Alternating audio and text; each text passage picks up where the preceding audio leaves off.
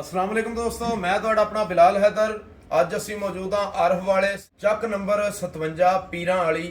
ਭਾਈ ਐਸਨ ਸਾਹਿਬ, ਉਹਨਾਂ ਦੇ ਵਾਲਦ ਸਾਹਿਬ ਔਰ ਬਾਬਾ ਅਨਵਰ ਸ਼ਾਹ, ਭਾਈ ਸ਼ਾਦ ਸਾਹਿਬ, ਇਹਨਾਂ ਨੇ ਬੜੀ ਮੁਹੱਬਤ ਕੀਤੀ ਹੈ ਤੇ 57 ਚੱਕ ਵਾਲੇ ਤੁਹਾਡੇ ਸਾਰਿਆਂ ਦੀ ਨਜ਼ਰ ਇੱਕ ਸ਼ੇਰ ਕਰ ਰਿਹਾ।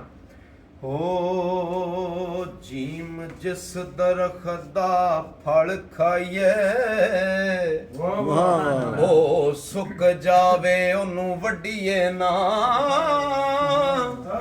ਜਿਹਨੂੰ ਯਾਰ ਕਹੀਏ ਉਹਦੇ ਨਾਲ ਰਹੀਏ, ਤੇ ਜਗ ਤੇ ਤਾਨੇ ਪਿਛਾਂ ਹਟੀਏ ਨਾ।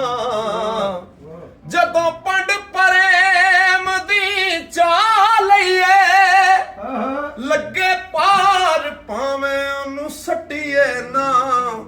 ਮੁਹੰਮਦ ਬੂਟਿਆ ਮਿਲੇ ਜੇ ਯਾਰ ਸੂਲੀ, ਉਹ ਝੂਟਾ ਝੂਟ ਲਈਏ ਪਿਛਾਂ ਹਟੀਏ